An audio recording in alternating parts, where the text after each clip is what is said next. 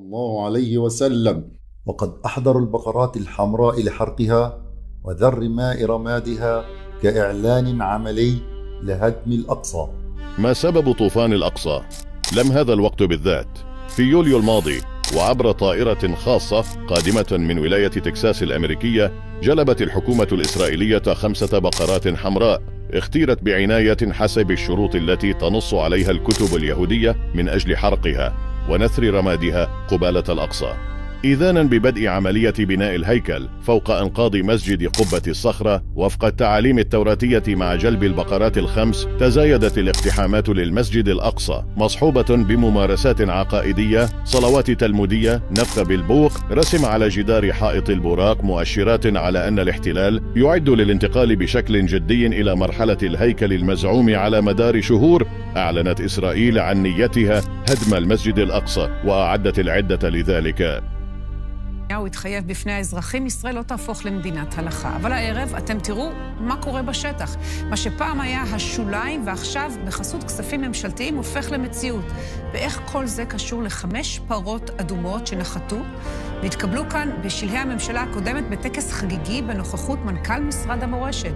ומאז, תחת קואליציית הימין על מלא, ההכנות להקמת בית המקדש מחדש על הר הבית נכנסות להילוך גבוה. אומרים מניב ומלך זילברשלג, עם התחקיר הבלתי יאומן הזה, בעוד 5 חודשים נכין מהפרות מיליארדי מנות לטיהור, מסבירים האחראים. הנה. שופט עמד ושחט פה שחיטה, ואחר תופסים את הזה, וכוח אתה השם מרקן מלחמה שגל שם, וחרחום כמעט על קבלת לידה. אנחנו רוצים לעשות תרגול של עבודו של המקדש. קידוש ידיים ורגליים שאנחנו מתחילים, שחיטה של כבש וזריקת הדם. שילה הקדומה בלב השומרון לפני שבועיים. נסו לאווירה של פעם. המבקרים, בהם משפחות רבות, הגיעו להשתתף בכנס המקדש. הוא מטביל את אצבעו בדם. ברוך אתה השם, כן, בעולם אשר קידשנו קדושתו של אהרון וציוונו לעזרת אדם. כאן משחזרים את הטקסים הדתיים ואת החיים עצמם בבית המקדש השני. יש לנו הקטרת הקטורת והדלקת הנרות. כל הדברים הללו, למעשה, עם ישראל הוא מחכה למקדש שיבנה.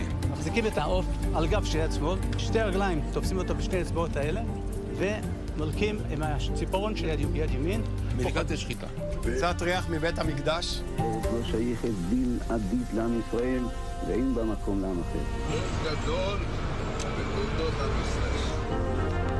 לפני 10 חודשים, עוד בתקופת הממשלה הקודמת, זה סוף סוף קרה. הרב אריאל, מחילה.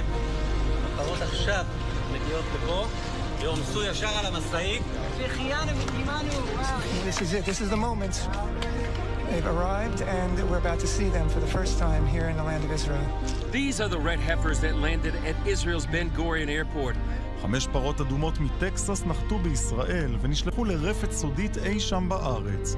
בעוד כמה חודשים הן יהיו מוכנות לשריפה. עד אז שומרים עליהן מכל משמר. ما رأيكم؟ هل كان أحد أهم أسباب طوفان الأقصى هو إحباط مشروع بناء الهيكل؟ شاركونا تعليقاتكم.